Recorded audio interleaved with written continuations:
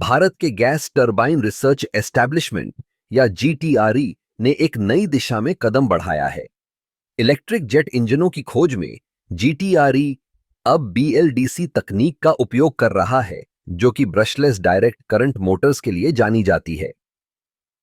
यह तकनीक hydraulic systems को बदलने की क्षमता रखती है, जो कि विमानन उद्योग में एक महत्वपूर्ण बदलाव हो सकता है। बीएलडीसी मोटर्स की खासियत यह है कि ये अधिक ऊर्जा कुशल हैं और इनका वजन भी कम होता है। जब हम हाइड्रोलिक सिस्टम्स की बात करते हैं, तो हमें पता है कि ये भारी होते हैं और इनकी देखभाल भी कठिन होती है।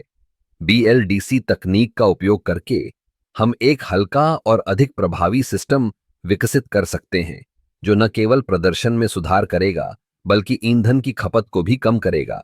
जीटीआरई का यह कदम भारत के विमानन क्षेत्र में आत्मनिर्भरता की दिशा में एक महत्वपूर्ण पहल है। जब हम इलेक्ट्रिक जेट इंजनों की बात करते हैं, तो यह सिर्फ एक तकनीकी उन्नति नहीं है, बल्कि यह हमारे पर्यावरण के लिए भी फायदेमंद है। कम उत्सर्जन और कम शोर स्तर के साथ ये जेट इंजन भविष्य के लिए एक स्थायी विकल्प हो सकते हैं। इस तकनीक के विकास में कई चुनौतियां हैं। बीएलडीसी मोटर्स को विमानन के कठोर मानकों के अनुसार तैयार करना एक कठिन कार्य है, लेकिन जीटीआरई के वैज्ञानिकों ने इस चुनौती को स्वीकार किया है। वे लगातार अनुसंधान और परीक्षण कर रहे हैं, ताकि यह सुनिश्चित किया जा सके कि ये इलेक्ट्रिक जेट इंजन सुरक्षित और विश्वसनीय हों। इसके अलावा जब हम इस तकनीक की बात करते हैं, तो हमें यह भी ध्यान में रखना चाहिए कि यह न केवल वाणिज्यिक उड़ानों के लिए, बल्कि सैन्य विमानों के लिए भी महत्वपूर्ण हो सकता है।